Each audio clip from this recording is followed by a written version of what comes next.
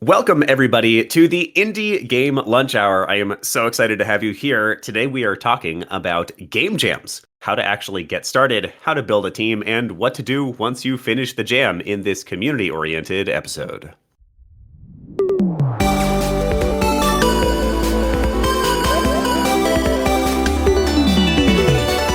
The Indie Game Lunch Hour. I gotta start making sure everybody in the audience dances to that jingle every time we start. All right, in our live magical podcast, we give game developers in the industry the chance to hear stories of breaking in from industry experts, as well as directly ask them questions about their areas of expertise in the second half of each episode.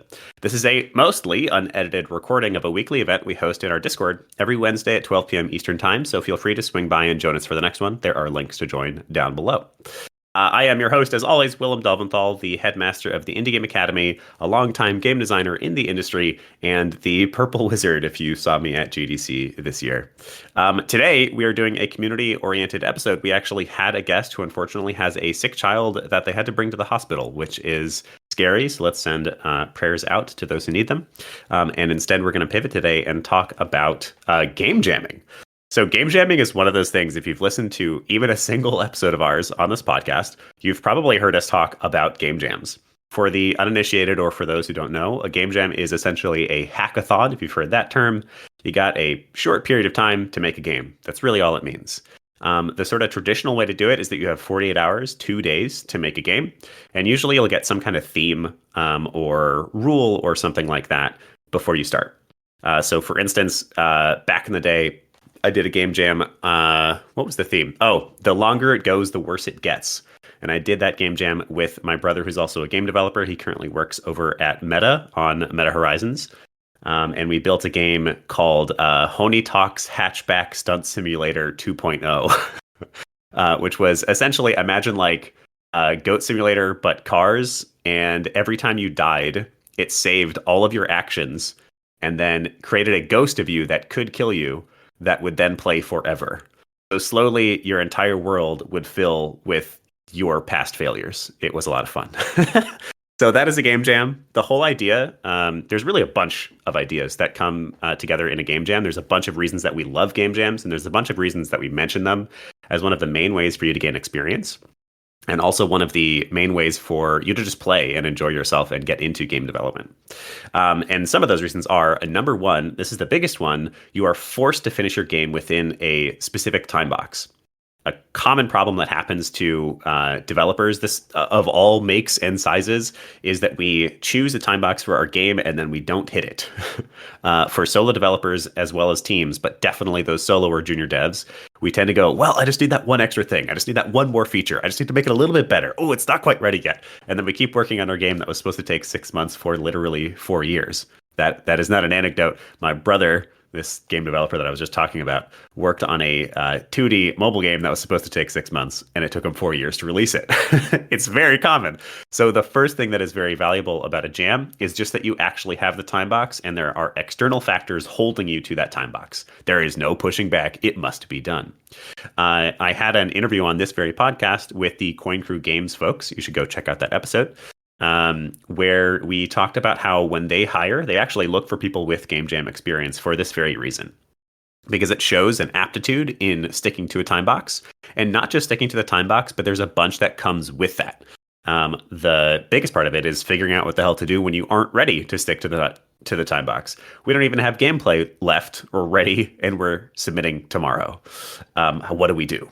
That's a huge part of game development, even in professional spheres. In a AAA environment with millions of dollars on the line, you will still be like, well, shit, I guess we're just cutting all these features that we wanted because we just don't have time. That is a super normal part of game development and is one of the things you're going to get practice with game jams. The last reason that I love game jams, or maybe there's a couple more reasons, but the last big category maybe, is because it's incredibly wonderful practice. You get to try out new games, you get sort of a fresh perspective, and you get to just like play and have fun. It's a wonderful break from whatever you're doing in your regular day-to-day life. You also get to prototype and experiment. There's been a number of games that have come out of game jams that have turned into final games, which we'll try to talk about a little bit here today. One of the most famous ones is Hollow Knight. Hollow Knight actually started as a game jam. For those who don't know, Hollow Knight is essentially like a 2D indie Dark Souls, where you play a beetle who beats the crap out of everything, and you discover mysterious lore about this universe and all kinds of cool stuff. Highly recommended. It's a great game. But Hollow Knight actually started as a game jam. It was a very different game, but the character, that little 2D beetle that is so iconic, came out of the jam. They liked him. They built him into a different game. They wound up releasing Hollow Knight. So game jams are just phenomenally valuable in so many different ways. It's a time for you to practice sticking to deadlines and triaging. It's a time for you to just experiment with new ideas that might turn into full games. It's a chance for you also to gain experience yourself, just like building games, period. You get to work on a different kind of game. You get to build a different kind of infrastructure, and you get to do it at this sort of mad dash speed. I personally, when I jam, I don't sleep, which like ruins me after the jam. But during the jam itself, I kind of love being in that like unslept fugue state. So that's my intro to game jams and why we love them. When we were talking about what to discuss here today in this community episode, one of the topics that got brought up by Misha in the audience there was game jams, which is sort of interesting. I myself have done them for so long that I don't think of them as like complicated. I'm like, yeah, a jam. I could just go join one and then I'll do it. But for many people, they're intimidating, or for other reasons, they may be hard to actually set up. So there's three main things that we're going to cover today, and we're going to call up different audience members to try to cover them. The first one is how to build that team, how to form a jam, how to find people to work with. The second one we're going to cover is how to do a jam well, how to build an amazing game. And then the last one is what to do after the jam. You've now finished the jam. What's next? Do I just stop working on this forever? Do I do something else? So I think I will actually call good old reliable Rick to the stage because we just completed a jam last weekend. And I'd love to hear your thoughts, Rick, on that first question. Why don't you give us like an intro to who you are and then tell us about finding a team for your jam? All right, I'm Rick Williams. I am the founder of Landline Games. I do contract and independent game development. So I will find businesses that want jams, they want games built or interactive experiences, and I'll work with them to figure out their goal for the game that they want created, and then I'll build them an action plan and we'll get it made. I've recently worked on the IGA Mega Jam where we made Child of Ruin, and what we did was we put together an organizational chart to organize all 46 of the people who participated in the jam, and so that's who I am. Awesome. So I really like this idea of like, how do you form your team? Because there's a few different ways that a team will come together at a jam. Most of the time, if you're not well connected, you're just going to show up to a jam site or to a random Discord server and just be like, "Hey guys, I want to make a game. What's up?" And so in that situation, it's very much a pickup team. So depending on how many people there are in the jam, if there's 10 people, you might form one or two teams. If there's 30 or 40 people, it could go up to 8 teams where you get a bunch of people, and it's just kind of in that process. Usually what happens is the theme is dropped, and then everybody breaks off into like an ideation phase.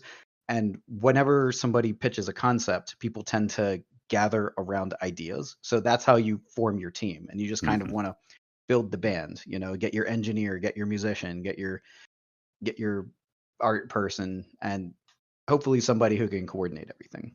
Yep. Other ways that you can form a team is you have like a Discord server with a bunch of friends, and you just say, "Hey, who wants to do a jam?" And you pre-form your team, and you know already who you want to jam with. Yeah. And you either do it by yourself with that as an isolated team, you already know your roster ahead of time, or you kind of do a hybrid where you bring your pre-formed team to a larger jam and then you pick up extras. Yeah, that's awesome. It's a great place to start already. I think I think there's sort of a couple of ways like you're talking about. The first way that Rick mentions is this like pickup mentality.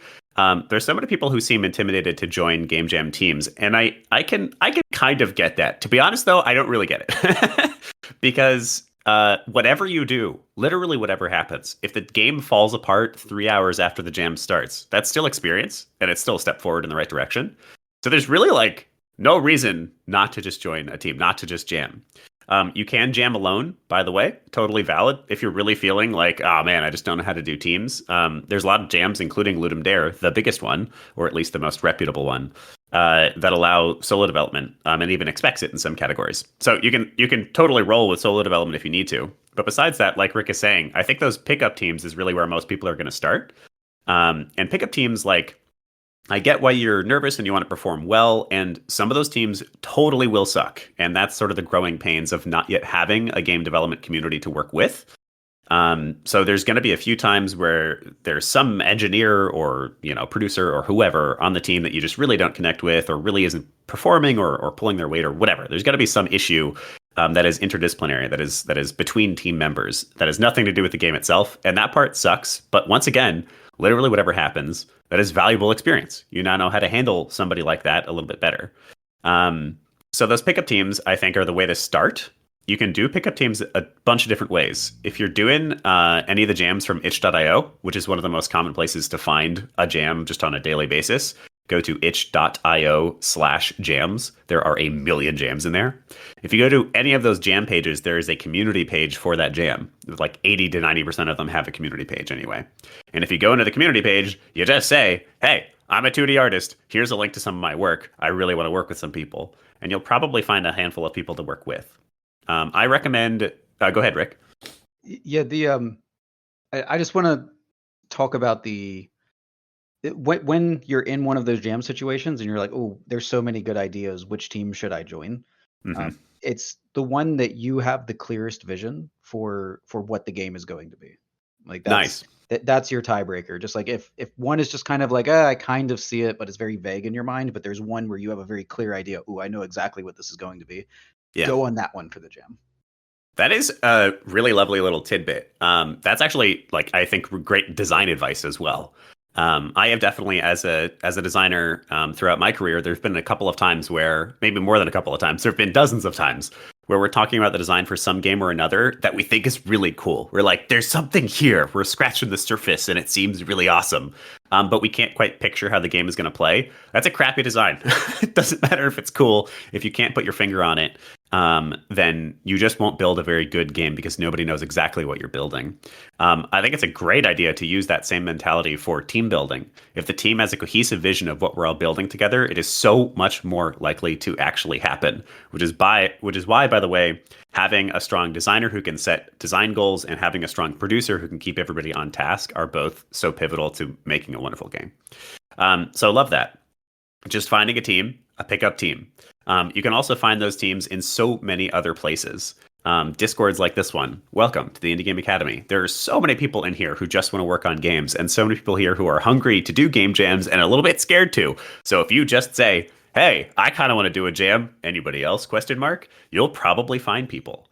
You can also find people in real life. If you're going to events, you're going to meetups, things like that. Just ask around. Those team members who are going to be the very best, in my opinion anyway, are those who you know in some capacity. Even if you have a sort of tertiary relationship with them, it really helps to know who they are. And maybe the last piece of advice I'll give you before we keep talking, Rick, is put that team together yourself. Meaning, take the responsibility for making sure it actually happens. It's really easy for you to be like, well, I don't really want to be the leader, or that's not what I want to practice, or like it seems like somebody else is the leader, or whatever. That, like, the whole term of leader is even kind of silly. Regardless of who is doing what, you personally, yourself, take the responsibility for making sure that team stays together and that the game actually happens. Ping people, be 20% annoying, because the team, this is one of the fundamental problems with jams. Teams that don't know each other very well and that have no responsibility to each other. There's no real necessary reason for us to be in this jam room together, fall apart really often. That's one of the main things that goes wrong with jam teams. So if you take the responsibility, if you say, hey, I'm going to work this shit out, I'm going to make sure that we go do this, I'm going to remind everybody that we said we were going to do this, I'm going to ask people to set deadlines, that'll make it so much more likely that everything goes well. I'm seeing EasyD ask to speak, so I'm going to pull up EasyD in case they've got cool thoughts. What's up, EasyD? What's up, y'all? I actually had a question that I was gonna, because I know in the second half we do the you open it for questions, but since I'm here, I'll just ask it now. So for the game jam stuff, is this okay? So are these more advanced positions inside of the industry, or are these more so just beginning stepping stones? That's a good question. Rick, do you want to jump in before I say stuff? So like Joining a game jam, is that a beginning stepping stone, or you have to be advanced to do them? Is that your question? Sort of. Is that it?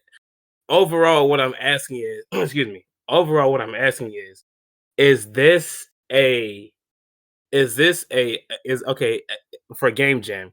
Is this a entry role, or is this a intermediate or an expert role? The beauty of it is it's for everybody. Yes. So when it's going to be open, game jams are usually very good spirited, and people are willing to take in people who are brand new. But Hmm. frequently you will find intermediate and advanced level developers who will jump in, and they'll be the backbone of the team, but you'll get to participate in a project that in a lot of ways are going to be carried by the more advanced people, but you will be able to see how a project comes together, and it will help you watch that process from A to Z. So like for example, if you have an engineer who's got 4 or 5 years of experience and they've built a couple games in the past, you'll get together, and they're going to obviously take the reins on orchestrating the whole project. But if you're just a newbie engineer, then they'll say, "Oh, cool, can you do this one mechanic for me?" And you might spend all weekend figuring out something that they could do in 2 or 3 hours. But because you worked on the team, they get the benefit of divvying up experience, and or divvying up the workload, and you get the experience of working in the team environment. And this, Mm, this can go with art, this can go with music. What it is it's a chance to work on a project that comes together. So it's for everybody, and everybody has something to gain from working in a jam situation. Yeah, just to be clear, EZD, to make sure this isn't a misunderstanding, or if anyone's wondering this, these are not positions, air quotes here. This is not like a company putting it on. Sometimes it is, rarely though, honestly. This is not like somebody putting out a call to action, like, "Hey, we really need jammers." These are just largely community organized people doing fun stuff together. So there is no title here, there is no level here. It's just anyone joining jams for the most part, which means, like Rick says, you get newbies all the way up to pros. okay, gotcha. Yeah, because I wasn't exactly sure how.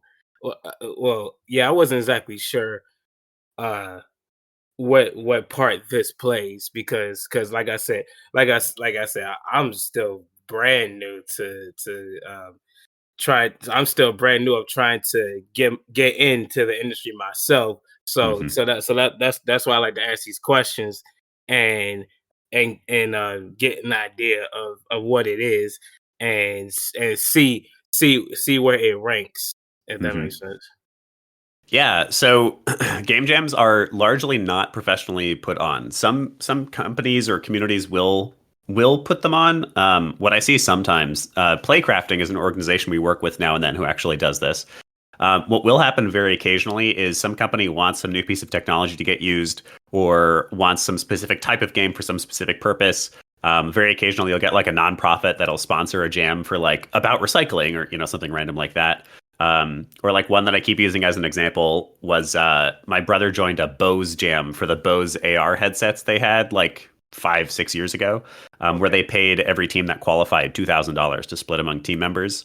So there are more like professional ones that are put on by actual organizations, but the vast majority of them, all the popular ones, Ludum Dare, Global Game Jam, itch.io, those are all just like people hanging out. So there's really very little professional structure.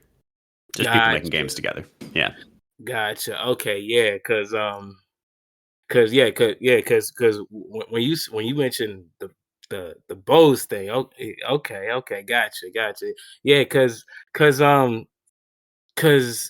I've heard of things like that before as well, and and uh I'm just thinking like, okay, so for things like that, like what you mentioned with the Bose thing, Hmm. I'm thinking is that a a alternate, or excuse me, an alternative in a Hmm. way, or something like that. So what is it called again that he's doing with Bose? So that happened a while ago. That was a game jam. Mhm. Um, there are a number kind of like this where it is somehow professionally put on. So we actually did one. Come to think of it, for the Delve Bros. That's my little sort of hobby indie studio. We published an AR board game. And we actually did one for Tailmore a while back that some members of the community might remember, where we didn't pay people, but for those who made the most awesome games, we said we'd put your campaigns in the game. It didn't happen because it was just a lot of work. But it was put on by Tailmore, and community members made content for Tailmore. So there are some like that, but honestly, those are the exception. Most of them ECD are just people hanging out making games. Gotcha. And Okay. generally, yeah.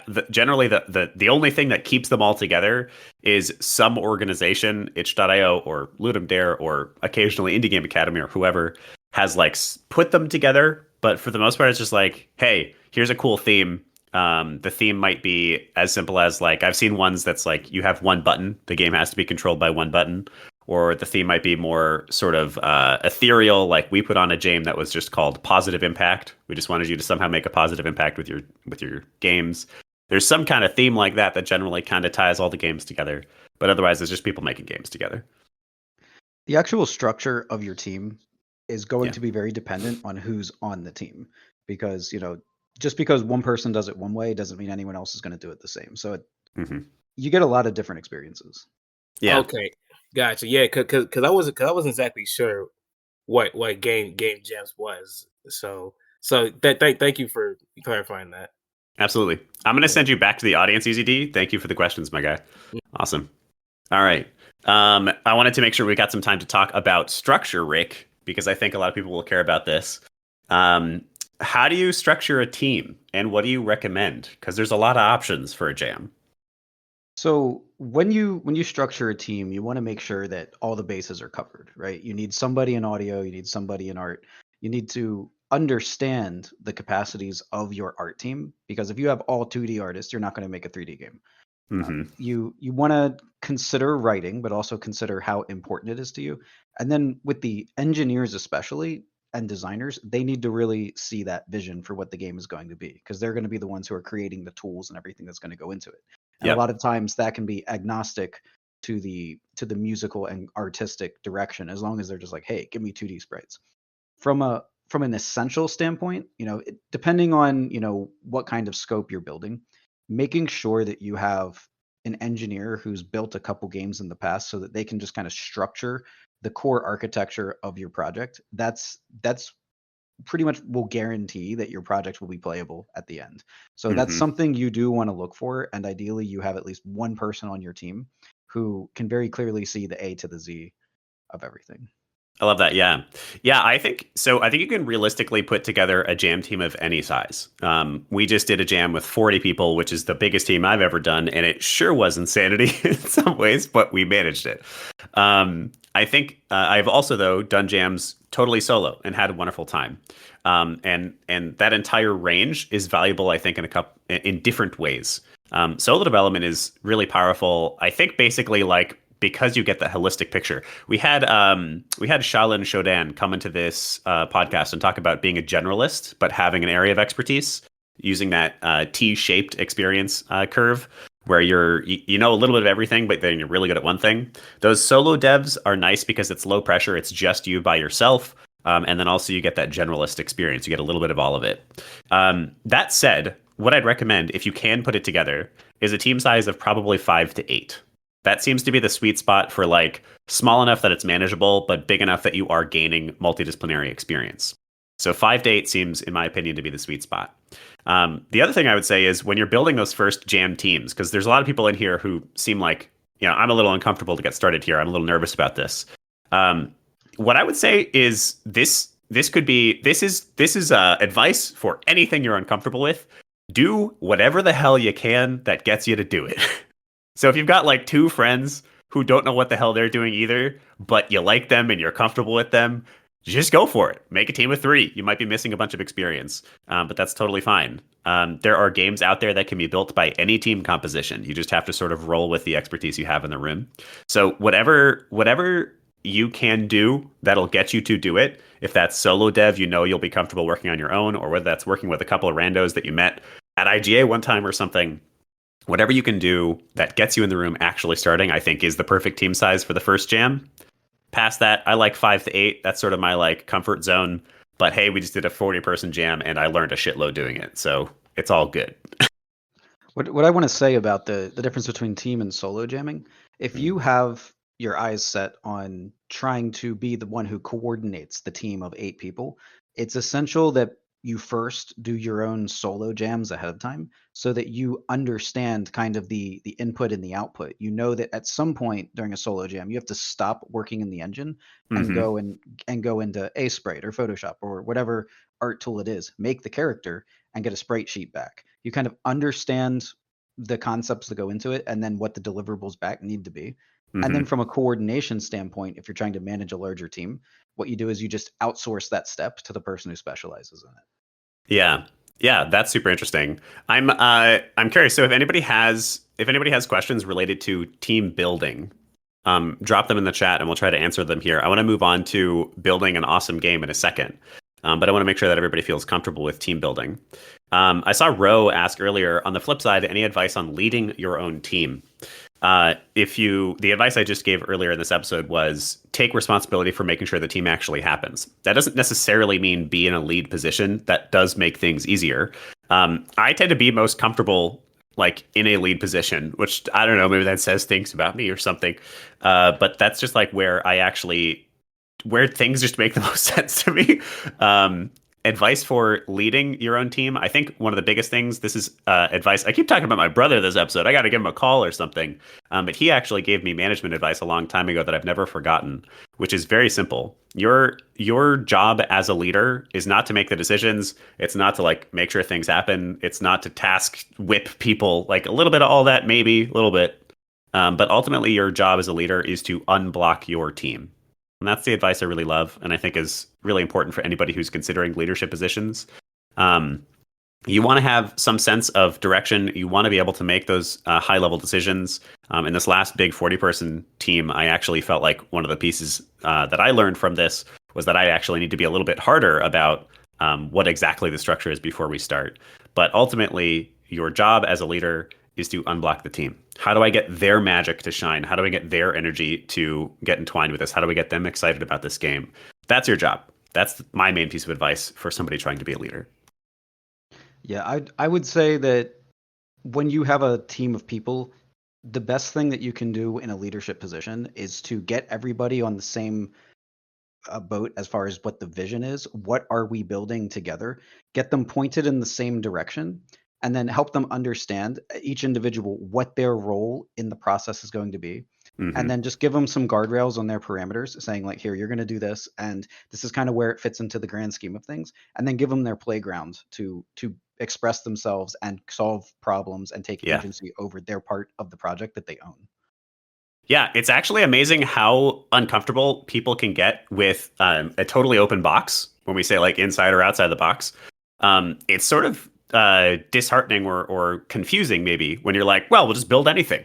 But if instead you say, like for this jam, all I came to the original team members with was, hey, I want to make a narrative RPG with a core choice, a single choice that leads to 2 endings.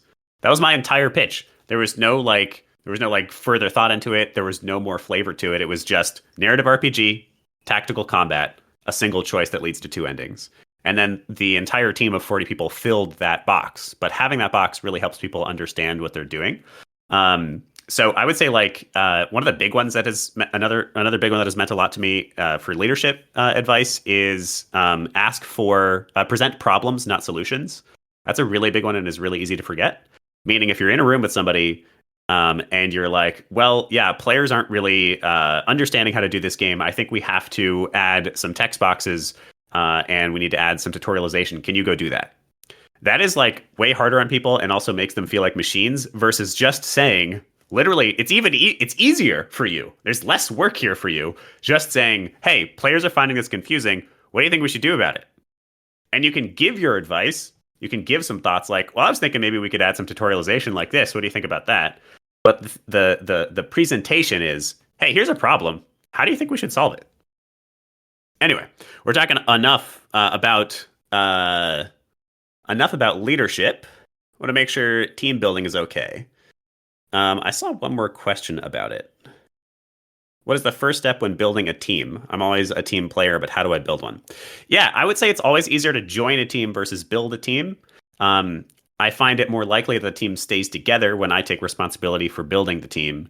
But definitely just asking, just being like, hey, just being open and speaking aloud that you are looking for a team is a huge part of how you're going to find a team. Go figure. You can do that in many different online places, many different in-person places. Just ask. Be like, hey, I'm trying to do a jam. Anybody looking for a 2D artist? Or whatever you are. Rick. My thoughts on what you need to do if you're trying to lead a team is you need to make sure that everybody is on board with the vision, everybody sees the vision clearly, and everybody feels momentum on the project. If you feel that the project is moving forward, people are motivated and they're going to be excited to work on the team. I love that. Yeah. So I'm going to call Victor up now. We've talked about building a team. Hopefully people have some thoughts on building a team. The hands down, just go ask. That's really it. And if you can't find a team, start with solo dev. It's honestly great experience by itself. I want to talk now about doing a jam well, building a kick-ass game. So Victor here has done 12 jams. Why don't you give us an intro to who you are, Victor, and tell us a little bit about building a kick-ass game jam. Hello. This kind of funny. Everyone who knows me would find it really funny that I'm somehow the authority on making a good game jam game. But I guess everyone probably feels that way, even people who've won game jams before. Hello. I've done a bunch of game jams. Normally I'm the one forming the teams, and most of the ones I've done is Ludum Dare. I've done 10 of them in a row. And that's the intro. Awesome. And it sounds like you placed, is it first in innovation for Ludum Dare? Yep. One of my games got first place in the innovation category, Ludum Dare 48. That's bonkers. So for anybody who doesn't know what Ludum Dare is, it is one of the most reputable game jams out there. Go do them. They happen every 6 months now, which is tragic. They used to be every 3 months. Go do them. It's really an exceptional experience. And one of the things they do is they rank all the games in a bunch of different categories, which can hurt a little bit, but is a fantastic way for you to learn how to get better. So for reference, Victor placed first out of generally somewhere between 2,000 and 3,000 games in one of these categories. So that's a pretty good, Victor. I don't think I've ever placed higher than 7th in one of the categories. Yeah, it's tough. And, it actually doesn't, your previous ranks aren't really good predictors for what your next entry will be like, because I have never been able to. Well, I've done I think 6 jams since, and I haven't come close to that. So 6 Ludum Dare since then. Yeah, this is a total side tangent, but I'm going to talk about it for a hot second anyway. There's something to be said for creative projects and the whole phenomenon of capturing lightning in a bottle. Nobody quite knows when it happens. And no matter what people tell you, if they're like, I've got the secret, they're wrong. Because there's so many things that go into it. The last jam that I did, we placed, I think total combined score was 73rd out of about 2,500 games, which we're super proud of. Is the best I've ever placed. That's top 100. That's top 5%, or top 2%, I think. So we're super pumped about that. But that's the highest I've ever done. And honestly, that jam was just us hanging out and having fun and building something silly. And so it's really hard to put lightning back in a bottle. You never quite know when it happens. But that said, Victor, you're an authority figure now because you're on this stage. So get used to it. And tell us your thoughts on building an incredible game during a jam. How do we do that? What are your main pieces of advice? Well. I think the best thing you can do is put yourself in the shoes of someone who's never seen your game before and try to come up with all the different ways that the player will be confused. Because the number one thing you want to avoid is people not knowing what to do, or not knowing how to proceed, or whatever, not knowing how to score points or what some of the buttons do. That's what I always try to avoid. So in-game tutorials. Oh, also another thing, a lot of people like to put giant walls of text on their itch page or Ludum Dare game jam page and stuff that explains everything. In an ideal world, that would be in the game and not in the form of a giant wall of text, Show, don't tell, that kind of thing. Yep. Yeah, nobody reads text. And that rule applies everywhere. That's not just for your players, it's also for your team. This is why, our GDD for our 40-person team was 5 pages long with 14-point text. because I knew nobody would read, and probably even then, a lot of people didn't read it. Love that. I also, it's interesting how one of the first things that you focus on is UX or usability, essentially, as well as tutorialization. I don't think that's an answer that a lot of people would give. The answer that a lot of people, I think, would give is trying to think of some brilliant or interesting mechanic, trying to make that core loop satisfying and engaging. But it's very true that with a game jam, your audience are your fellow jammers. And if you do your sort of business work here where you're thinking about who your audience is and you think of them as these fellow jammers, you know that when they look at these game jam games, they're going to be spending 30 seconds, a minute, maybe as much, like maximum 5 minutes playing your game. So if they can't immediately pick up the game and understand how to play, they're going to think it's a bad game. Because that's the audience you're dealing with for this jam. So that's, I think, a terrific piece of advice to start with. And you'll learn that by watching people play your jam games or just games in general. A lot of the time when the big game jam is happening, there's streamers playing the jams. So go send them your game and have a look at them playing it, because you'll get pretty annoyed with yourself pretty quickly, because they'll be thinking, oh, I don't know what to do, I don't know where to go, and you think it's so obvious, but to them it isn't. And pardon me for the crude expression, but the one I like to tell all my teammates every time is like, you try to make something idiot-proof, but the world would just summon up a bigger idiot. And I'm not necessarily calling them idiots, but you know what I mean. The sentiment is that no matter how much you try to make something simple, there'll always be someone who doesn't understand it. So you want to minimize that. Yeah. Make your game accessible to the lowest percentile. Yeah. Yeah, it's an interesting one. It is really challenging. This is something that you sort of alluded to, Victor, that I want to give as a piece of advice. This is something that I fundamentally believe for jams. This is something that I learned way back in the day during a global game jam. The local revenue that I was doing the jam at, local place, destination that I was doing the jam at had, I think it was like 30 teams at that location. And the people who hosted that place did a little competition just for those 30 developers, those 30 teams of developers, where they had like a old school smartwatch. This was before smartwatches were actually cool, that they put up for the team that won in this location. And we wound up winning. And one of the things that I learned from that experience was how effective polish is, even during a jam. We built basically Flappy Bird. It was Flappy Bird about surfing, but it was super fun and simple and well polished to the nines. We went up to other games with vastly more complicated tech stacks. There was one game that I like to talk about that was basically like sailing from Wind Waker. That was the game. You're on this 3D sea, you're in this cool looking boat. But the game itself was essentially that. That was the whole game, because that's all they really managed to build in the time period. And yet we, beat them out with our little crappy surfing Flappy Bird game. And that's because we had that game playable, functional, by the end of the night on Friday. Typically, you start Fridays around 6 to 9 p.m. So we're saying 3 to 5 hours into our 48-hour jam, our game was playable. Then by Saturday, end of the day on Saturday, our game was done. All the art was in, music was in. There's a couple of things that we added later, of course. But that meant that we had effectively half of our jam to just polish, to just iterate, to just go actually play test. We did play testing with people, live in our jam. To make this little teeny tiny experience amazing. So my big piece of advice, following Victor's advice, is to schedule your jam out. First of all, have actual milestones that you're trying to hit. And the 3 milestones that I recommend are design done, design complete, functional, the game is fully playable, feature complete, all the features are in, and then release, which is when you've actually polished it. And that feature complete phase should be with at least 24 hours left, depending on the jam length, but should be like somewhere between 30 to 50% of your time span. That's my opinion on how to make a great game for a jam. What do you think about that, Victor? I think it's a great advice just in general for even for commercial games. You need time to iterate, because like your first version of everything is not going to be that good. And if you don't have time to iterate, like especially in, even commercial game, because I do commercial games as well, and whenever you're forced to release because of a deadline, it's definitely not going to be as good as if you could push the deadline indefinitely, because you can keep polishing, and that really improves it.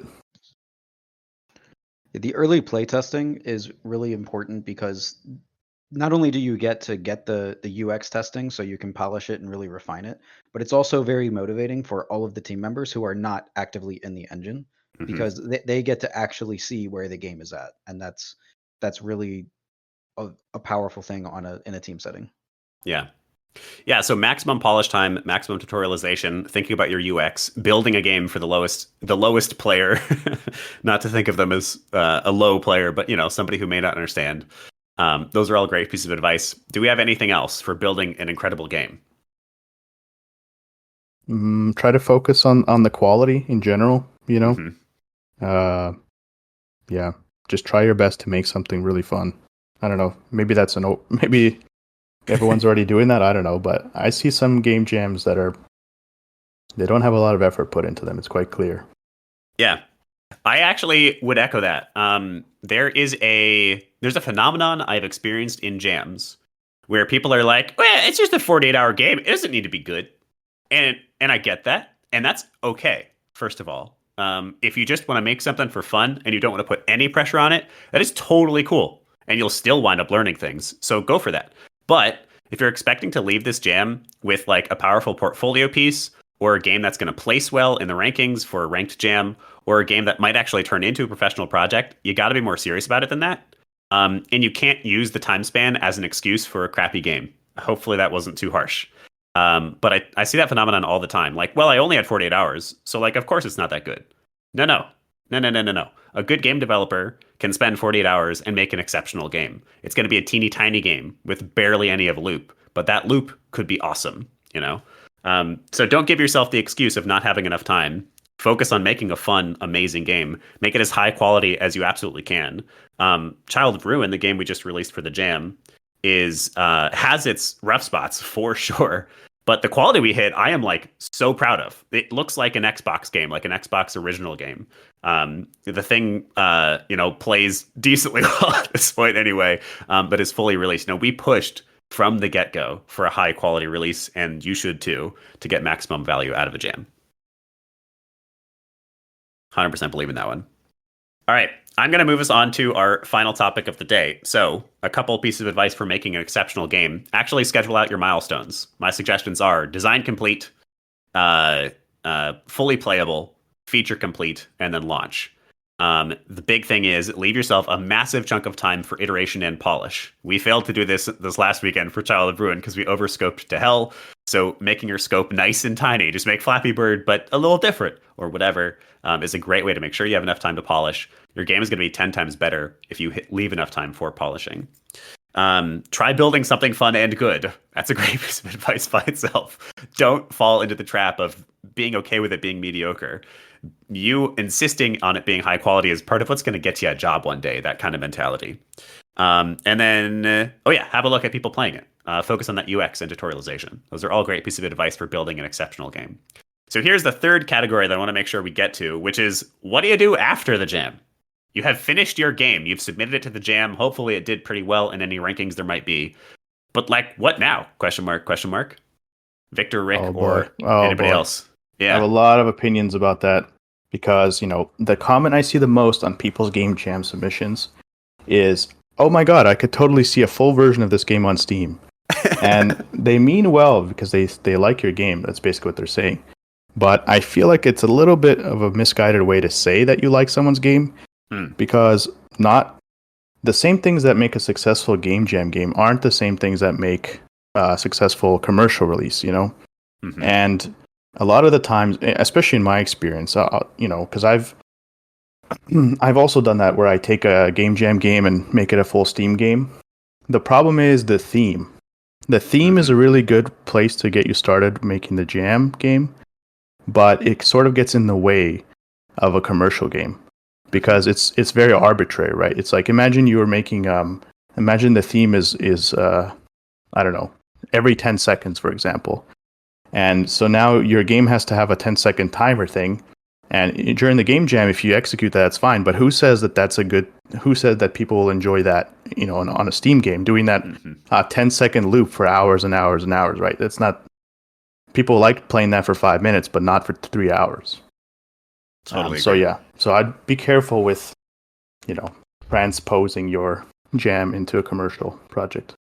Yeah, I think like another way to put that is just like a good game jam game, no matter how well it performed, doesn't guarantee success in the commercial market because those are kind of two different needs.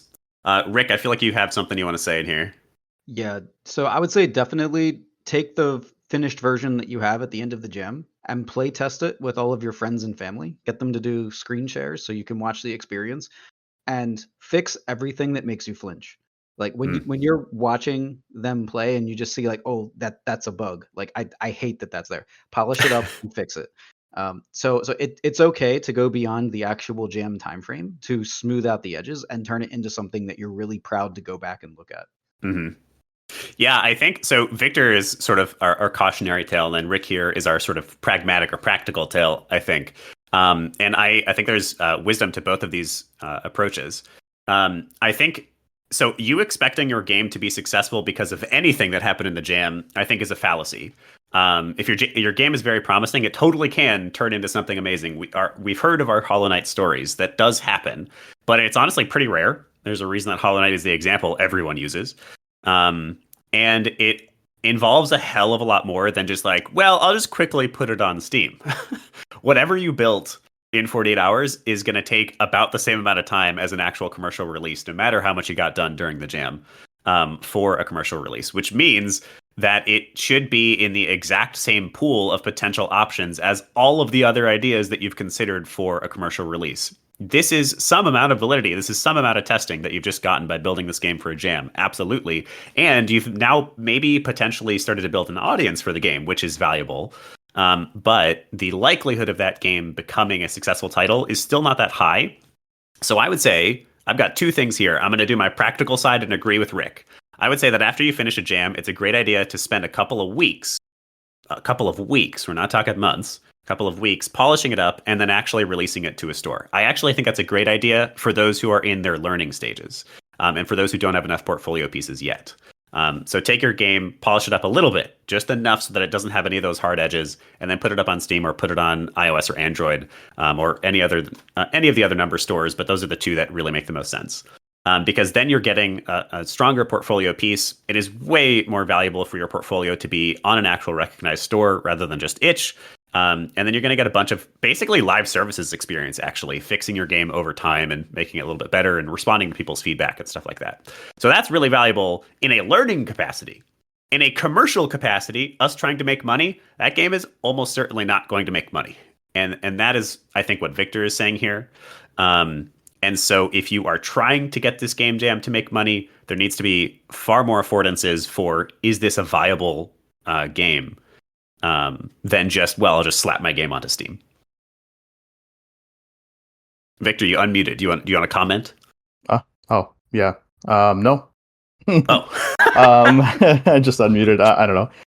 Yeah, I like that advice. There's been lots of game jam games that end up going on Steam and do well. Like even from Ludum Dare. They work on it for a month and put it on Steam and it does okay. Sells like $50,000-$100,000. Like that's good for a small team.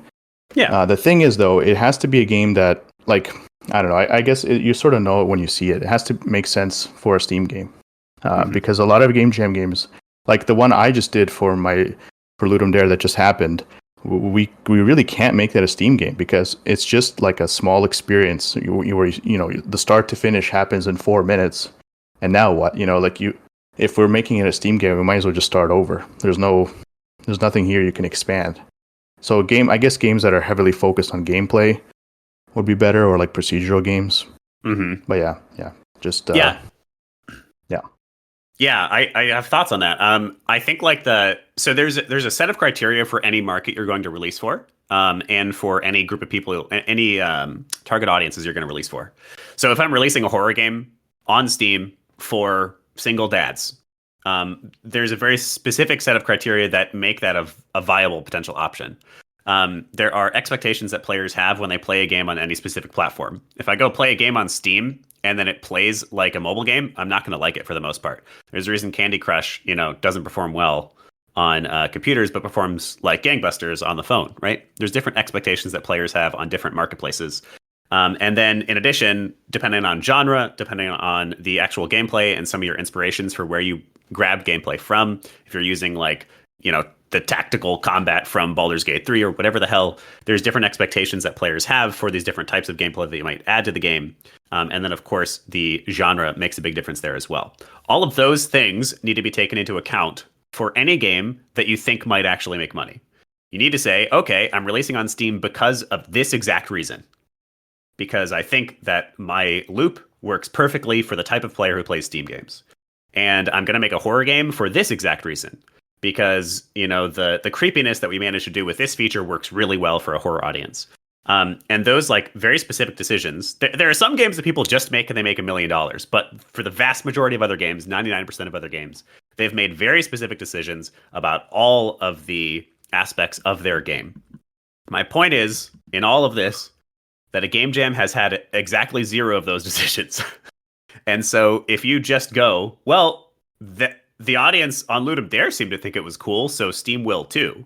Then that is breaking the expectations that players on Steam actually have, or any other marketplace actually have. You're expecting one type of audience to like a game the same way that a different type of audience as a different type of audience. So essentially, if you want your game to make money, you have to put a good amount of thought into it. This is true for 95% of studios. Occasionally, somebody gets a home run for free. And a game jam has just had none of those decisions actually made. And so expecting that to be commercially viable is a bad idea. What I think is more likely to actually work, and I'm curious if either of you have thoughts on this, is if you go, all right, this game did really well, it performed really well, people clearly want it, and then instead of just slapping it into Steam or wherever, you say, where does it fit? You say, who is this game for? What audience is going to love it? And is there a platform that does exist that this loop can be modified for to fit really well? That, I think, maybe you could actually get a commercially successful game out of a game jam.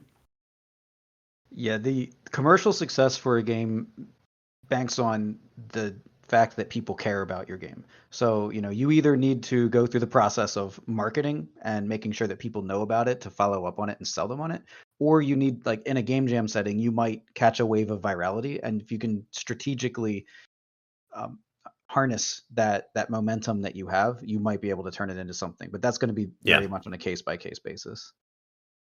Yeah, and I think, especially from Child of Ruin, we marketed this thing heavier than any other jam I've ever been a part of, because we actually had a marketing team. And as a result, there actually is a little bit of traction for the game. But the traction is different than like wow, we're about to release a commercially successful title. The traction is not, I really need this game right now, which is what you're really looking for a game that might actually make money. The traction is like, I'm so excited for you guys. You made something, really cool, and I'm proud of you. It's about the team, and therefore the game kind of doesn't matter. And also, therefore, it'll be a lot harder for us to like turn that audience into paying customers, probably, or at least grow it past where it's at right now. Victor? Yes, hello? Oh, okay. I just keep seeing you unmute, and I assume you have things you want to jump in with. Me? No, I'm not muted. Oh, okay. My bad. I've never been. I have like a physical hardware mute thing. Yeah. So here's what I think I'm hearing then. And I'd love for you two, we're going to wrap up the episode, but I'd love for you two to give final thoughts. What I think I'm hearing for what to do with a game jam after you finish your jam is, number one, I actually do think, especially if you're in the learning phases, it's a great idea for you to get it onto a marketplace. I think the main reason to do that is for learning, and then for building a portfolio if you don't already have a portfolio that people are going to care about. I'm 10 years into my career. We're still releasing Child of Ruin, and I'm still super excited to be and to include that on my own portfolio. Still always valuable. So I think for the most part, it is valuable to take your game jam game and release it to a store. That said, time box that, because it's really easy. I did a solo jam a while ago about doesn't really matter, but I spent like months, polishing up because I thought it might make money, and then I didn't. And a lot of us have that story. The reality is the likelihood of a game jam turning commercial is pretty low. So I think valuable to take your game on a learning experience for just a couple of weeks in actual time box onto a store. Expecting it to make money is unlikely, and if you are expecting it to make money, then you have to go through the exact same process you would have gone through with a fresh game. How can I actually make this game really make money? Who can I release it to? Who really wants it? What marketplace is it going to fit on? And how am I actually going to sell it and get people to look at it? And if you can answer all those questions pretty confidently and do some testing and show that there is actually appetite for the game, then maybe you can turn it into a commercial success. what I'll speak to about actually putting it on a store is there's a very different perspective that you take when you are actively working on a project versus the state of mind you're in retrospective. Mhm. So you go through a process and then you realize like, oh, there's all of these things that I should have been prepared for, but like now that I've gone through this process, I realized that there was a lot of gaps in my strategy. And that's something that you only get by going through that process, that when you look back on, you're just like, oh, next time I'm definitely doing this. But if you always stay in that perpetual development, you never get those lessons to look back on. Yeah, I think that is a great takeaway for everybody. You will learn a lot from just doing a bit of a retrospective and looking back on the game. And that is something that I think you should do. And if your team is open to it, grab them for it too. Let's all do a bit of a retrospective. Let's talk about what we learned from this process. Because that ultimately, in my opinion, is what you get out of a jam. You learn a bunch, you get a new experience, and yeah, you get a new portfolio title. Are you going to get a commercial title out of it? Probably not, unless there's some real like fire to it, unless you're really starting to see people love this game, and unless you have a pretty specific path for where this game is going to be released and how it lines up just perfectly with the idea that you came up with. All right. Do we have any final thoughts on any of the three, or any final questions for that matter, by the way, for any of our three topics for today? So making a team for your jam, kicking ass during a jam, and then what to do after your jam. Any final questions on that? Or Victor or Rink, any final thoughts on that? Well, I have just. Oh, Sorry, go ahead, Victor. sorry. Oh, okay, I'll go real quick. I put it in the chat earlier, but I wanted to just mention it. That every time I've done a game jam, I've worked with a completely new set of people. So 12 different teams, 12 different jams. And I know a lot of people do kind of the opposite way, where they stick with one group that they're familiar with and all that stuff. But I think it's wise to put yourself out of your comfort zone and work with people you're not familiar with, because you'll learn a lot more, and it's low stakes anyway, right? I guess you probably won't make, like, you won't make, your game jams won't be as successful in terms of the ratings if you keep switching teams, because you know you're starting fresh. But I think you'll learn more overall doing it that way. Great piece of advice. I agree. I think there's value to both. Sticking with the same team means you can improve the quality, learn the fundamentals of that team. But hanging out with new teams, I think you should continue to do, just like you said. What about you, Rick? My final thought is I'm going to answer Eris Morn's question. What's the biggest lessons you've learned from the jam? And that is how valuable it is to set a concrete scope on the projects. Like do the jams and practice setting a scope that you stick to. That is the number one thing you can gain from working on a jam. I love that. Yeah. And just like negotiating a timeline is so typical. I've been in many professional teams now. On every professional team, going, oh shit, we don't have enough time, is a conversation you will have. And so being able to practice that is awesome. Yeah, to refine the thought, very specifically, setting that concrete scope that your whole team understands. That's the thing, not just yourself, everybody. Yeah. So you kind of answered this, Rick. I'm curious if you have another answer. I'm definitely curious for you, Victor, and then I have some thoughts. Eris asked the final question. I love this as our final question of the day and how we can end the episode. Eris asks, what is the biggest lesson you've learned from your game jams? I don't know. I have to think. Maybe Rick can go first. I just answered it. Yeah. Sorry. I thought you were referring to a different question. I can answer mine. I think my biggest lesson from game jams is maybe like twofold. The first one is scope. It is always impossible. I don't know. I've done this for so long and I still make the mistake of overscoping. It is almost always better to have a smaller scope that is done to the nines, that is done really well, than it is to have a giant scope that you just kind of half get to. So my number one lesson from game jams, and a great reminder every time I do a jam, is overscoping is actually a killer. It stresses out your whole team, and it just means your game just doesn't wind up as polished or as good as you want it to be. So turn down the scope. It's really tempting to think that if you add more features, the game is going to be awesome. But ultimately, that's actually usually not true. Ultimately, a core loop is already really fun when you tack on more features to make it better. So scope down, make smaller is good. That's my first piece of advice. And then second piece of advice is I think like just team comp maybe. and when I say that, I don't mean professional comp. I actually mean more like cultural comp. Having a group of people who are all excited and on the same page about building something wonderful means your jam can't fail. And I don't mean that means you're going to make an amazing game no matter what. What I mean is no matter what happens, you're going to have a great time and you're going to learn a lot. This last jam, I was so satisfied and grateful for doing with the IGA community because it meant that we all were behind our 3 pillars. We all were behind having a fun time. We all were behind celebration. We all were behind being kind and patient with each other. And that meant that this jam was one of the most just like kind and patient out of any jam team I've ever been with. So I think seeking that cultural connection, that cultural team comp means that you're going to have a wonderful time no matter what. And you're going to learn a lot and you're going to build something cool. Yeah, game jams have creative problem solving, or gaming in general.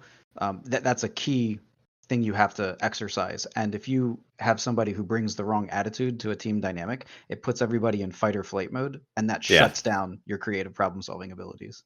Yeah. Throwing blame, trying to like figure out who made a problem, down what are the words I'm trying to say, like looking down on other people's work, making fun of other people's work. There's so many things that we all know destroy teams, so don't do them. Just don't do them. That's it. All right, Victor, do you have a final lesson? Yes, I managed to come up with one. Nothing stood out, which may be alarming. I don't know, maybe I'm not paying attention enough while I'm doing the jams. But I did manage to think of one, and it's kind of the thing that I am surprised by the most is how diverse the feedback you get, especially if you're watching people play the game, and the different things people expect and mistakes they make and all that stuff when they're playing your game. And the feedback, even though you think like, oh, we're all indie game devs, we all make games, so most of us are going to have the same opinions about different things, but no, like some people, you might make like you might add screen shake somewhere, and some people will think, oh my god, that's so amazing, that's really good use of screen shake, and other people will think like, why did you have screen shake here? And you'll only see that. You'll see that more when you're actually watching them play, because they might not even say it. You just read between the lines, like them wincing or whatever, or smiling. Yeah. So yeah, huge diversity in opinions, even within like such a small niche of people. I love that. That's awesome. So there's a joke we make. I don't think Gwen is in the audience here, but for those who are more old school listeners of the podcast, you may remember Gwen. Gwen was similar to Rick in that Gwen was in every single episode and asked all kinds of great questions. Gwen is a narrative writer and now runs their own narrative studio. And we, the core team of IGA, will occasionally mention the air quotes here, Gwen effect. Gwen taught us, Gwen was one of our first students, and Gwen taught us that we can't always be nice. We can't always just say, oh man, your game is so beautiful. Sometimes we have to say, hey, this part of the game is really not very strong, and I think, you got to work on this. So part of what Victor is talking about is the diversity of thought and also the diversity of feedback. It's really effective. It's really wonderful to have somebody who gives you a pat on the back and says you can do it no matter what. That's something that we all need. But we also need people like Gwen and maybe like you, Victor. I've experienced this with you a little bit, who are like, that's not strong enough. I think you could work on that. So get you some overtly positive, but also get you some people who are willing to tell you the truth. Both of those valuable. All right. It is the end of the episode. Thank you so much to Rick and Victor for being our guests here during this community-focused Game Jam episode. I have a piece of homework. It's very simple. I want every person in this room and every listener to go and sign up for a Game Jam. Get it on your calendar. I thought you were going to say, go play your Game Jam game that you just did. All right, that's the secondary homework. If you do that, I'll give you a gold star, metaphysically, of course. So yes, no, really, every single person in this room, go and sign up for a jam. Go to itch.io/jams. Go to ludumdare.com, go to globalgamejam.org, find a jam that fits your schedule, even if it's 6 months from now, even if it's 8 months from now, find a jam that fits your schedule and actually book that weekend or period of time for it. A few of you are like, yeah, maybe I'll do that later. No. Do it right now. If you're driving, do it after you finish driving. But for everyone else, do it right now. Go find a jam and put it on your calendar. I'm going to do it too. itch.io/jams, ludumdare.com, globalgamejam.org. There are so many options. All right, go find a jam and put it in your calendar. That's your homework. We are done for the day for sure. We've gotten a few minutes over, but it's because we started a few minutes late. I hope everybody enjoyed talking about game jams. It really is like the one thing. If you're like, what do I do to improve myself? It's game jams. And we've already told you that. Why do we have to keep telling you that? Go and do them. Go make some games. Go do some game jams with people that you don't know yet. Experience what it's like to work on a team. Release something you're proud of. Have a total fireball and crash and burn, and don't release a game that's also valuable and wonderful. Remember, all spices of life are good. All spices of life teach us something. That's going to do it for today's episode. I hope you have enjoyed. We'll be back again every Wednesday, 12 p.m. Eastern Time, so feel free to come and join us for the next one. There are links to join down below. Thank you for everybody who spoke. Thank you for those who asked questions, and thank you for listening. If you enjoyed the episode, we ask that you send it along to just one other person who might enjoy this episode as well. All right. Goodbye, everybody. Take care.